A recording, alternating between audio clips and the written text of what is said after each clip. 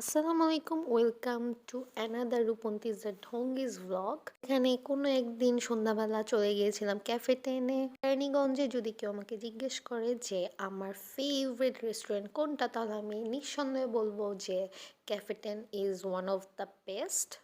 কেরানীগঞ্জ রুহিতপুর আমেরিকানদের এরিয়ার মধ্যে একসাথে না হলেও 10 থেকে 15টার মতো রেস্টুরেন্ট আছে। বাট আমি কেন ক্যাফে টেনকে ভালো বলতেছি, এটা রিজন হচ্ছে ওদের খাবারের মান এখন পর্যন্ত একটুও ড্রপ করেনি, আর ওদের সার্ভিস টপ নচ।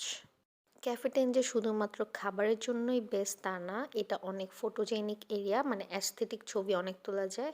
আসি খাবারের পালায়, ওদের এই ওভেন বেক পাস্তাটা আমার মোস্ট ফেভারিট, অ্যান্ড ওদের পিৎজা দেন হচ্ছে সেট মেনু অনেক বেশি মজা, সো আপনারা ট্রাই করে দেখতে পারেন।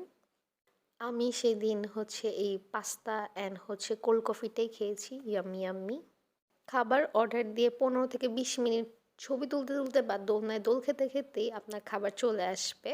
তো এটা হচ্ছে সবচাইতে ভালো দিক যে আমার বেশিক্ষণ ওয়েট করা লাগে না।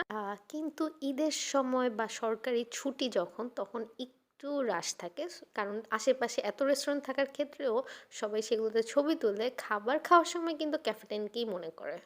সো মেক শিওর আপনারা রেগুলার ডেজগুলোতে যান, তাহলে ছবি তুলে আরাম পাবেন, খাবার খেয়েও মজা পাবেন। কেরানীগঞ্জের অডিয়েন্সদের কাছে আমি জিজ্ঞেস করবো, আপনাদের ক্যাফেটেরিয়ার খাবার মজা লাগে? আমাকে কমেন্ট করে কিন্তু জানাবেন। সো আজকের মতো আল্লাহ হাফেজ।